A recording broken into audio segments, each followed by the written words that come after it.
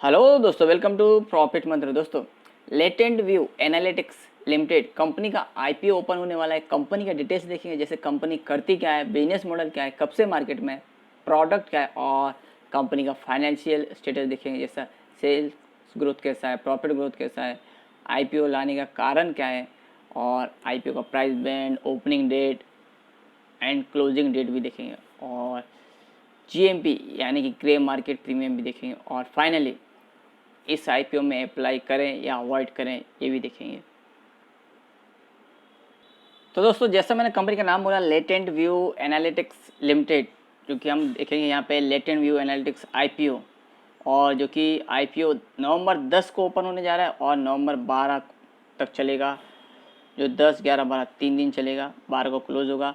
और company incorporate इन 2006 यानी स्थापना कंपनी की 2006 में हुई। तो अभी कंपनी करती क्या है, तो लेटेंट व्यू प्रोवाइड करती है analytics service such as data analytics consulting, business analytics and insights, advance predictive analytics, data engineering and digital solution, ये सब कंपनी प्रोवाइड करती है। और कंपनी जो कि सर्विसेज प्रोवाइड करती है, ब्लू चिप कंपनीज को प्रोवाइड करती है, जो कि BFSI, CPG and retail industry में यूज होती है कंपनी की services and other industry domain.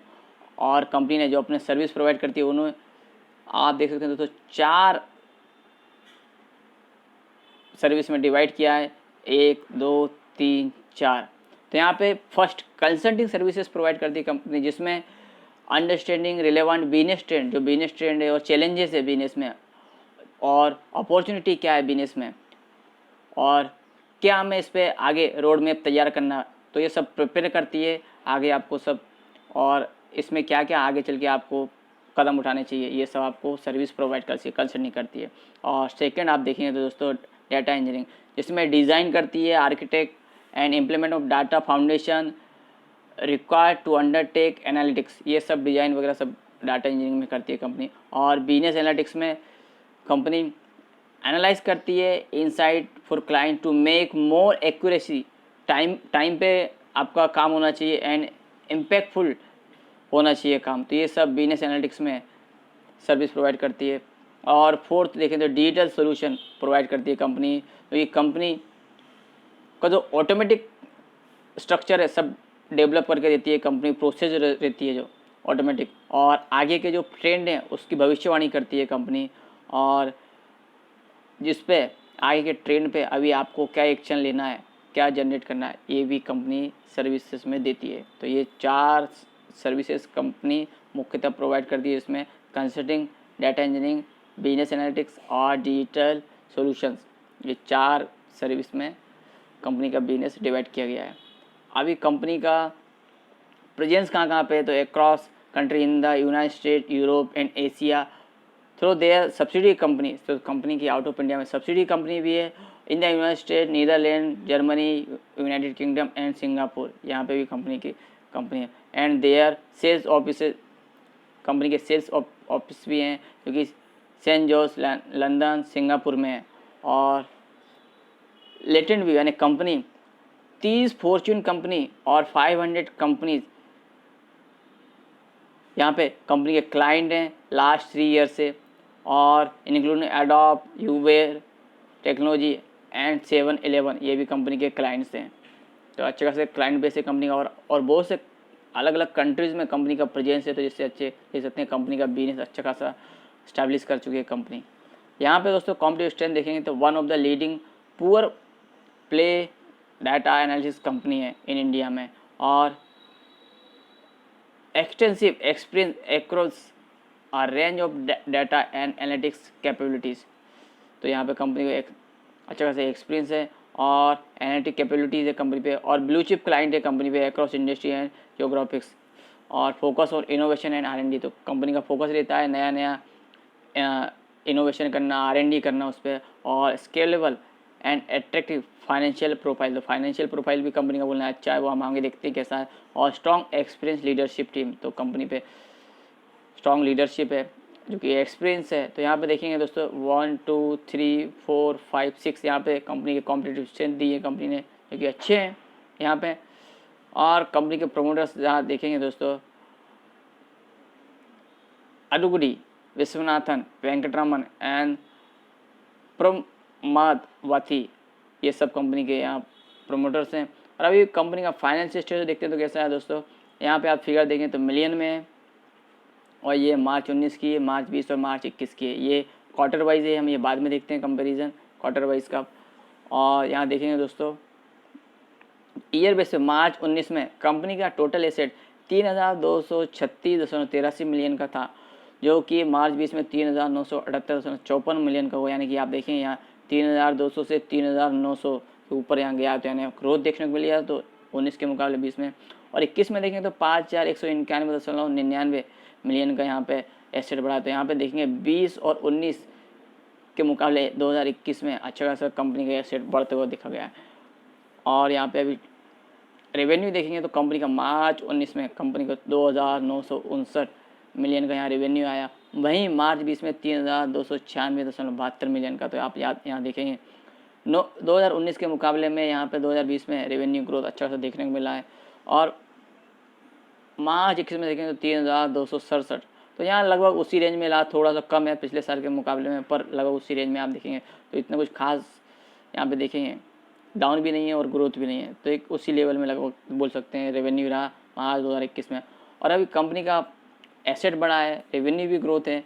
अभी प्रॉफिट कैसा है कंपनी का, तो देखिए मार्च 2019 में कंपनी को 596.65 मिलियन का यहाँ पे प्रॉफिट जनरेट हुआ है, वहीं मार्च 20 में देखें तो 728.45 मिलियन का यहाँ पे प्रॉफिट जनरेट किया कंपनी में। तो 19 के मुकाबले 20 में और भी प्रॉफिट बढ़ा है, तो कंपनी अच्छा खासा यहाँ पे ग्रोथ किया पिछले साल के मुकाबले। और 20 में के मुकाबले 21 में देखेंगे तो 914.63 मिलियन का यहाँ पे प्रॉफिट आया, जो कि आप देखेंगे 20 और 19 में यानी यहाँ पे लगभग 600 के करीब और यहाँ 700 के ऊपर है। तो यहाँ पे 914 के ऊपर यहाँ पे प्रॉफिट गया, तो अच्छा खासा यहाँ पे देखेंगे पिछले सालों के मुकाबले 2019 और 20 के मुकाबले 21 में यहाँ पे प्रॉफिट जनरेट हुआ है। तो ओवरऑल देखेंगे तो कंपनी का फाइनेंशियल, जैसे कंपनी ने बोला कि हमारा फाइनेंशियल अच्छा है, तो यहाँ अच्छा ही बोलना पड़ेगा क्योंकि अच्छा ही आए। अभी क्वार्टर वाइज कंपनी का फाइनेंशियल स्टेटस देखते तो 30 जून 2020 में कंपनी का टोटल एसेट 4,488.80 मिलियन का यहाँ पे एसेट है, जो कि जून 21 में 5,880 मिलियन का हुआ। यानी क्वार्टर वाइज देखेंगे तो यहाँ पे भी ग्रोथ देखने को मिला, 20 के मुकाबले 21 में अच्छा खासा कंपनी का एसेट बढ़ता हुआ दिखा है। अभी रेवेन्यू देखेंगे दोस्तों, तो रेवेन्यू में भी आप देखेंगे जहाँ जून 2020 में 823.81 मिलियन का यहाँ पे कंपनी का रेवेन्यू आया, जो कि इस क्वार्टर में जून 21 में 917.43 मिलियन का हुआ। तो यहाँ पे भी देखेंगे कंपनी का पिछले साल के क्वार्टर के मुकाबले यहाँ रेवेन्यू ग्रोथ देखने को मिला है। और दोस्तों अभी यहाँ पे प्रॉफिट देखेंगे तो यहाँ जून 2020 में 228 मिलियन का यहाँ पे प्रॉफिट जनरेट हुआ, जो कि क्वार्टर बेसिस पे देखेंगे तो यहाँ पे अभी देखेंगे 223.14 मिलियन का। यानी कि पिछले साल के क्वार्टर में जो प्रॉफिट था वो इस साल थोड़ा सा यहाँ पे कम देखने को मिला है, पर यहाँ पे एसेट बढ़ा है, रेवेन्यू बढ़ा है, पर प्रॉफिट थोड़ा सा कम देखने को मिला है। पर ओवरऑल देखेंगे तो कंपनी का प्रॉफिट अच्छा खासा जनरेट कर रही है, ईयर ऑन ईयर बेसिस पे कंपनी का प्रॉफिट बढ़ते हुए देखा गया है।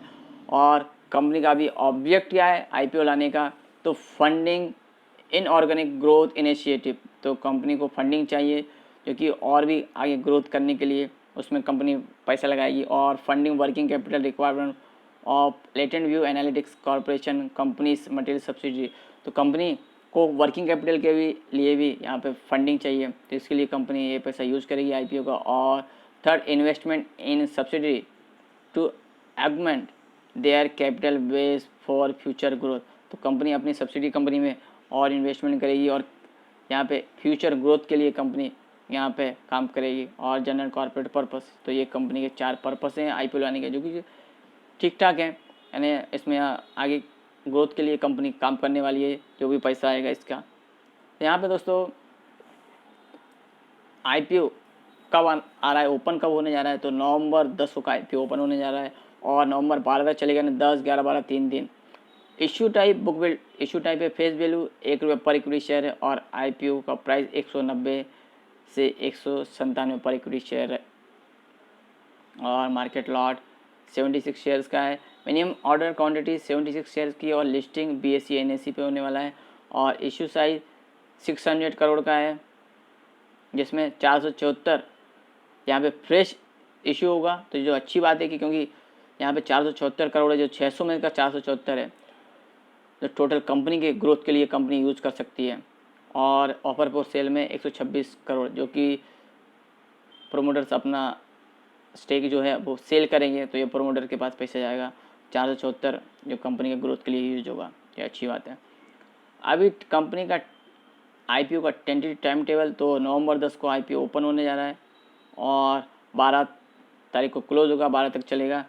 अलॉटमेंट शेयर्स का 16 नवंबर को होगा और रिफंड 17 नवंबर को, जिन्हें अलॉटमेंट नहीं मिलेगा उनका पैसा 17 नवंबर को रिफंड किया जाएगा। और जिनको अलॉटमेंट मिलेगा उनके डीमैट अकाउंट में शेयर 18 नवंबर को क्रेडिट किए जाएंगे और लिस्टिंग 22 नवंबर को है। और हम जैसे रिटेलर्स इंडिविजुअल इसमें कितना के अप्लाई कर सकते हैं। तो दोस्तों मिनिमम 1 लॉट और मैक्सिमम 13 लॉट। एक लॉट में 76 शेयर्स रहेंगे और 13 लॉट में 988 शेयर रहेंगे, जिसमें एक लॉट लेने के लिए आपको 14,972 इतना अमाउंट इन्वेस्टमेंट करना पड़ेगा।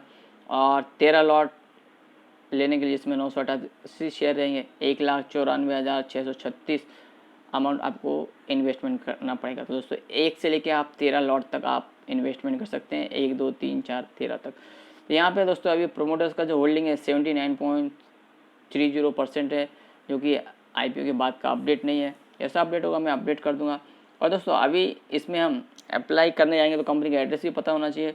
तो यहाँ देख सकते हैं दोस्तों, यहाँ पे तारामणि चेन्नई तमिलनाडु का एड्रेस है कंपनी का। ये फ़ोन नंबर है, ईमेल आईडी और वेबसाइट है, आप और भी डिटेल चेक कर सकते हैं। और रजिस्ट्रार कंपनी का लिंक इन टाइम रजिस्ट्रार है, ये रजिस्ट्रार का फ़ोन नंबर, ईमेल आईडी और वेबसाइट हमें अलॉटमेंट स्टेटस चेक करने के लिए उपयोगी पड़ेगी। तो दोस्तों देखते हैं आगे इसका GMP अभी कैसा चल रहा है और आगे दोस्तों इसका सब्सक्रिप्शन स्टेटस कैसा रहेगा, उस हिसाब से हम डिसाइड करेंगे कि इसमें अप्लाई करना है क्या नहीं। थोड़ा एक आध लॉट के लिए हम विचार कर सकते हैं, ज़्यादा नहीं फ़िलहाल, और तब जाके हम सब्सक्रिप्शन स्टेटस और GMP चेक करके हम डिसाइड करेंगे इसमें अप्लाई करें या नहीं। Latent View Analytics grey market news today as on 6 November 2021। Grey market premium दोस्तों यहाँ पे अपडेट नहीं हुआ है, जैसे ही अपडेट होगा मैं आपको अपडेट कर दूंगा। जैसे हम तो दोस्तों इसमें जो रिटेलर्स कैटेगरी को अलॉटमेंट वो भी देख लेते हैं कितना है। तो दोस्तों यहाँ पे देख सकते हैं QIB कैटेगरी में 75%, NI कैटेगरी में 15% और रिटेल्स जो हम जैसे जो अप्लाई करेंगे उसको 10% यहाँ अलॉटमेंट रखा गया है। और दोस्तों यहाँ पे आप देख सकते हैं जो अर्निंग पर शेयर है 2019-20 में यहाँ पे देख सकते हैं 4.28 देखने को मिला है। और अर्निंग पर शेयर 2020-21 में 5.35 और अर्निंग पर शेयर 2021-22 में यहाँ पे देखेंगे ₹1.30 और book value of the share as on 31/3/2021 ₹25.63 और बुक वैल्यू एज ऑन 30/6/2021 27.02 और रिटर्न ऑन नेटवर्थ 2019-20 में 20.94%, रिटर्न नेटवर्थ 2020-21 में 20.89 और upper price band last EPS 36.82 देखा गया और upper offer price book value ratio 7.686। Book value the IPO at cap price ₹47.33 और ratio 4.16। और दोस्तों इस यहाँ पे पीएसएन कंपेरिजन में देखेंगे तो FPS माइंड टेक्नोलॉजी से यहाँ पे कंपेरिजन किया जा रहा है इस शेयर का। तो जो कि देख सकते हैं आप FPS माइंड ने अच्छे रिटर्न दिए अपने शेयर होल्डर्स को। तो यहाँ पे भी दोस्तों हम कम से कम एक लॉट तो अप्लाई करेंगे ही और देखते हैं आगे इसका GMP क्या रहता है, सब्सक्रिप्शन स्टेटस रहता है। तो दोस्तों और भी अपडेट आते रहेंगे। अपडेट के लिए please like share and subscribe my channel.